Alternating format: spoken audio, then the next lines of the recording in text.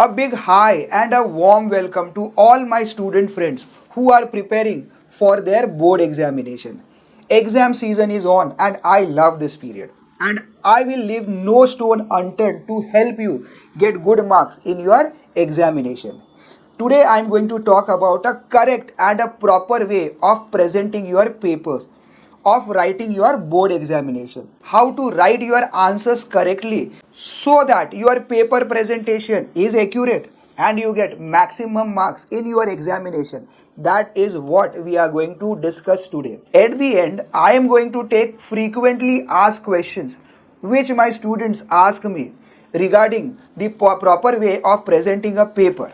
So please stay till the end. Right now, I have in front of me the main answer booklet. This is the exactly answer booklet which you will be getting from the council for writing your ICSE and ISC examination. That is examination for class 10th and for class 12. So your paper will look exactly like this. This is the 16 pages main answer booklet and this is this supplement, and this supplement will be 4 pages supplement. If you are done writing with this and if you need extra pages, you can ask for this supplements and you can get as many supplements as you want. You see that this color of this main booklet is blue and color of the supplement is green. So this is not going to happen in your examination. Either both of them will be blue color or both of them will be green color. Sometimes they give blue color, sometimes some year they give green color. So I thought I'll be showing both of them so you are clear in your mind. And when you write your board examination, so students can use a blue ink as this student have written over here, or maybe you can use a black color. But remember that change of color is not allowed, change of ink is not allowed. So please make sure that you carry multiple pages pens of same type, so whichever you are comfortable with, and use same color throughout your paper. And in case under unavoidable circumstance you need to change ink, then please take invigilator's signature. Right now, going towards the next point, that is when you take extra supplement and when you will be provided with a thread and you have to tie a knot, please make sure that you tie your supplements to your main answer book tightly. For that you can use multiple number of knots and you have to leave some space. You can see that I can easily put my finger over a space here. So this is very important because when correction is done, your teacher need to turn these pages. So if it is tied, if you tie your knot or if you tie it tightly like this, so what will happen, it will be difficult for your teacher or your examiner to turn the pages. Have a look over here. This paper is corrected by the examiner as well as the reviewer, and I was talking about the use of margin. You can see a margin on the left side. Toward this side of the margin, you have to mention your question number, which section you are attempting. Please make sure that your section, your question number is clearly visible. So you can highlight it by drawing boxes like this. On the left side of the margin, you are allowed to write only question number and sub question number, nothing else. And toward the right side of the margin, as I told you earlier, this space is not for you. Your examiner, reviewer will be using this side to give marks to you, right? So you will be writing your answer over here and all the question number and sub question number will be towards the left side of the margin. You can see question number 1 over here and question number 2 over here, and try to start a new question on a new page, and all these sub questions will be one after the other, and please try and make sure that you write them in the order, that is after first you solve second one, then third one, right? Please do not change the method of writing question number. This is question number 4.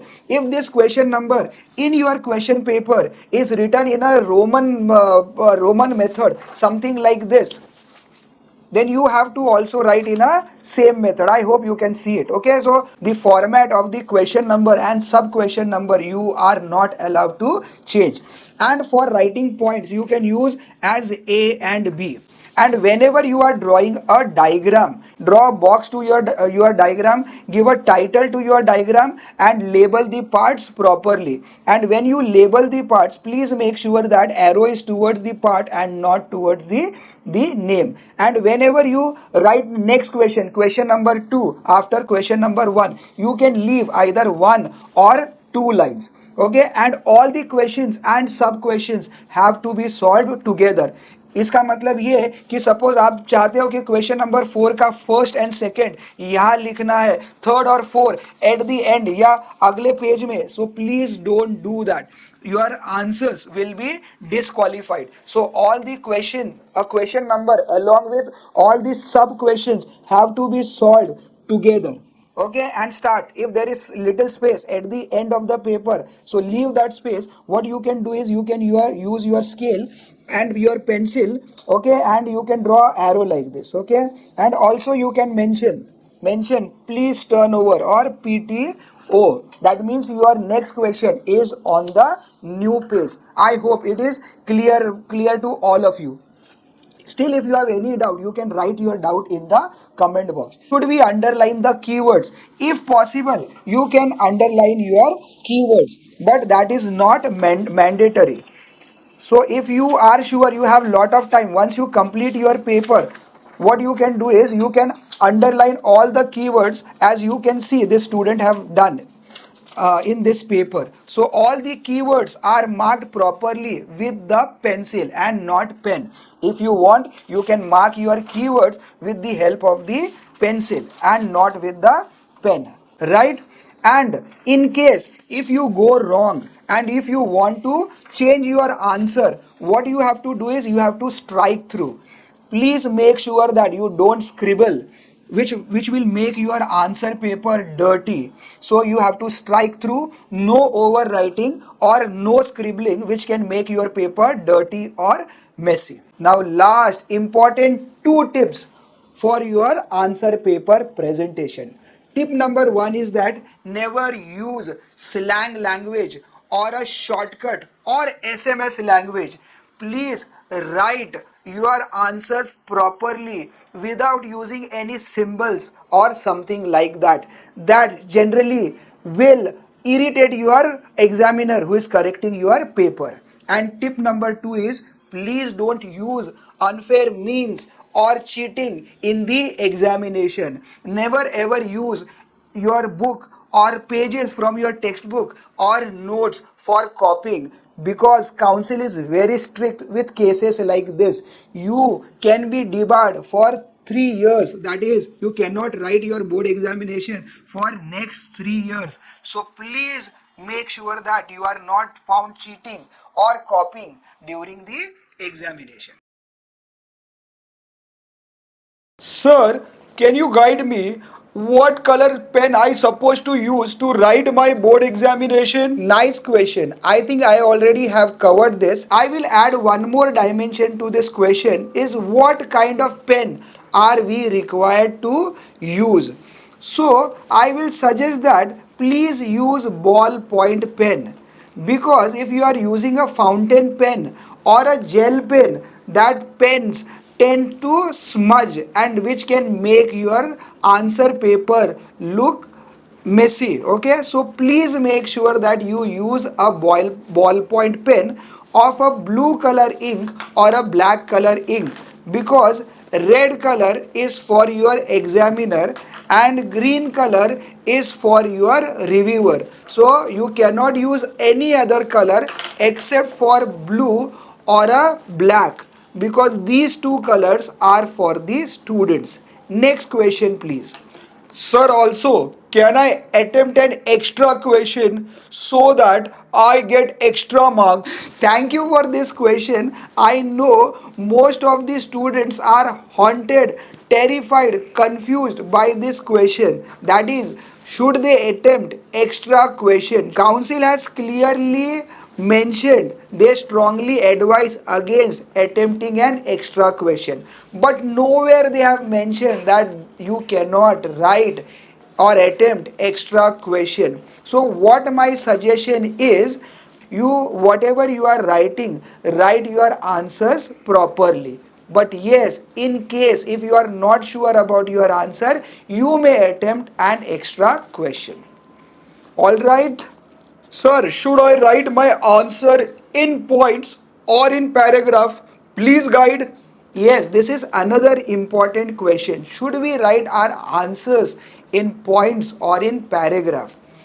So I will say that in subjects like history and geography, whereby you have to write long answers which carries 2 marks or 3 marks or even 4 marks, such answers has to be written in points because it becomes easier for teachers to give you marks or to mark you according to the points written by you.